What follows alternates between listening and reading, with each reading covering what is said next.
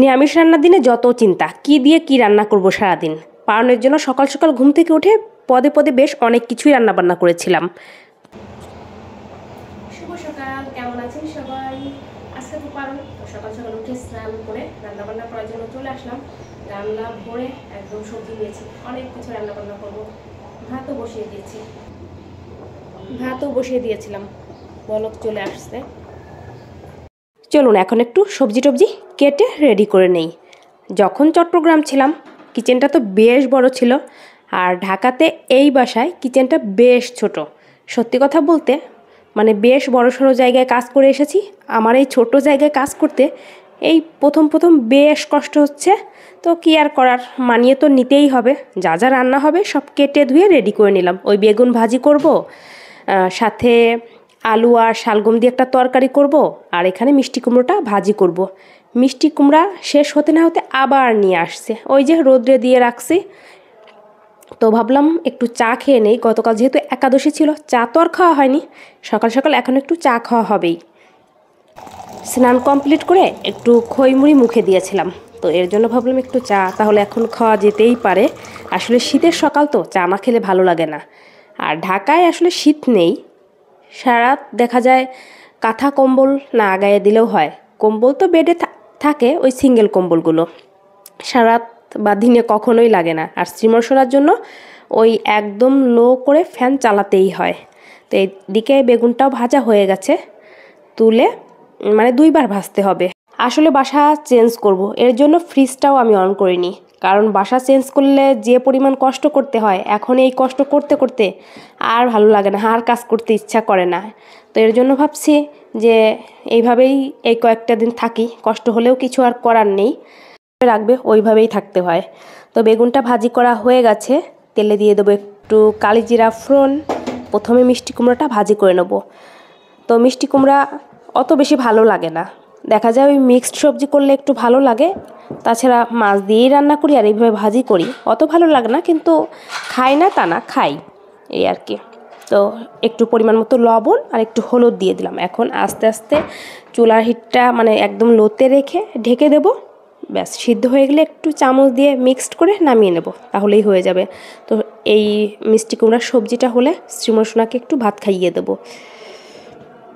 তেলে একটু মানে কাঁচামরিচ দিলে বেশ ঝাল হয়, যদিও এই মরিচগুলো অত বেশি ঝাল ছিল না, আর বেশি ঝাল দিলে তো শ্রীমন খেতেও পারে না। ওই 2-3টা দিয়েছি, এতে যতটুকু হয় তাতেও সে ঝাল ঝাল বলবে। তো হয়ে গেছে, তো আমি তুলে নিলাম। আর এখন রান্না করে নেব হলো সবজিটা। পাশের চুলায় একটু ডালও বসিয়ে দিয়েছি, ডাল রান্না করতেই হবে, ভেবেছিলাম ডাল রান্না করব না। তো তেলে গোটা গরম মশলা, তারপর জিরা আদা দিয়ে দিলাম আলু আর শালগমটা একসাথে করে একটা সবজি করব। ওই শালগমটা মাছ দিয়েও ভালো লাগে বা এমনিতে রান্না করলেও ভালো লাগে। আপনারা কে কীভাবে রান্না করেন শালগমটা অবশ্যই জানাবেন। তো আমি পরিমাণ মতো হলুদ আর লবণ দিয়ে দিলাম, আর এখন আস্তে আস্তে ঢেকে ভেজে নেব। একদম পাতলা পাতলা করে কেটেছি, মুগ ডাল সিদ্ধ বসিয়েছি, তো সিদ্ধ হতে সময় লাগবে। প্রেশার কুকারও বের করা নেই, তা না হলে সিটি দিলে খুব তাড়াতাড়ি হয়ে যেত। তো এখন দিয়ে দিলাম কেটে রাখা একটা টমেটো, আর দিয়ে দিলাম 2টা কাঁচামরিচ। এতটুকু ঝাল করে রান্না করব। বেশ অনেক দিনই হয়েছে, দেখা যায় মাঝে মধ্যে একটু বেশি ঝাল খাওয়া হয়, তাছাড়া এরকম হালকা পাতলা ঝালেই রান্নাবান্না করা হয়। একটু জিরা গুঁড়া, একটু ধনিয়া গুঁড়া, আর দিয়ে দেবো পরিমাণ মতো হলুদ। তো মশলাটা আর সাথে সবজিটা ভালো করে কষিয়ে তারপর একটু ঝোল দেবো। তো আর একটা মরিচ দিলাম, একটা না আরও 2টা, ভাবলাম একদমই ঝাল হবে না। এই তো এখন পরিমাণ মতো জল দিয়ে ভালো করে একটু কষিয়ে নিতে হবে, কারণ কষাতেই যাতে সিদ্ধটা হয়ে যায় সবজিটা। সুন্দর করে গুছিয়ে আপনাদের সাথেও সুন্দর সুন্দর ব্লগ শেয়ার করব, তার পারলাম কই, একদমই এলোমেলো ছড়ানো ছিটানো সংসার। দেখা যাক এইভাবে কতদিন থাকি, কতদিন ঈশ্বর রাখে। তো সবজিটা কষানো তো হয়ে গেছে, এখন ঝোলের জন্য জল অ্যাড করে দেবো। ওই নামানোর আগে একটু গরম মশলা পেস্ট দেবো, ধনিয়া পাতা নেই, তা না হলে ধনিয়া পাতায় দিতাম, তাহলেই ব্যাচ হয়ে যাবে রান্না বান্না। ডালটা ভালো করে জাল করা হয়ে গেছে, তো সবজিটা নামিয়ে তারপর ডালটা সোমবার দেব। ডালে আর কিছু দিচ্ছি না, এমনিতেই রান্না করছি। কত শখ করে ওয়াল শোকেসটা বানিয়েছিলাম, ভেবেছিলাম যে খুব সুন্দর করে সাজাবো বাসায় গিয়েই। কি জানি কবে পারবো, কবে হবে সেই দিন। নিজের মতো করে একটু গুছিয়ে একটু শান্তি করে থাকবো। তো সবজিটা নামিয়ে নিলাম, আর এখন হলো ডালটা সোমবার দিলাম, ওই জিরা আর একটু আদা ফোড়ন দিয়েছি। ব্যাস আজকের মতো রান্নাবান্না কমপ্লিট। রাত্রে যদি অন্য কিছু করি হয়তো করবো, দেখা যাক। তো খাবার দাবার নিয়ে এখন সবাই মিলে বসে ফ্লোরে খাবার খাবো। শ্রীময় সোনাকে তো খাবারটা খাইয়েই দিয়েছি এর আগে, সবাই বলতে আমরা দুইজনে এখন বসে খাবার দাবার খাবো। বেশ ভালোই ছিল সব কিছু মিলিয়ে। আর এটা বেশ অনেকটা পরে, যদিও ওই একাদশীর পরের দিন খাবার খাওয়ার পর বেশ খারাপ লাগে, আজকে অত বেশি খারাপ আমার লাগেনি। তো ভাবলাম বসে থেকে কি করব, কাপড়গুলো রোদ্রে দিয়ে তারপর তুলে রাখি, কারণ ঘুরে আসার পর জামা কাপড় সব কিছু পরিষ্কার করা হয়েছে, এই শাড়িগুলোই শুধু রোদ্রে দিয়ে তোলা বাকি ছিল। আমি সত্যি কথা বলতে আমার নিজের থেকেও মনে হয় জামা কাপড়ের বেশি যত্ন করি, পারলে শাড়িগুলো সব কেচে ধুয়ে দিতাম, কিন্তু সবগুলো শাড়ি তো আর পরিষ্কার করা সম্ভব না। হয়তো যেগুলো এই যে যেমন বেনারসি, তারপর জামদানি, এগুলো হয়তো ড্রাই ওয়াশে দেওয়া যায়।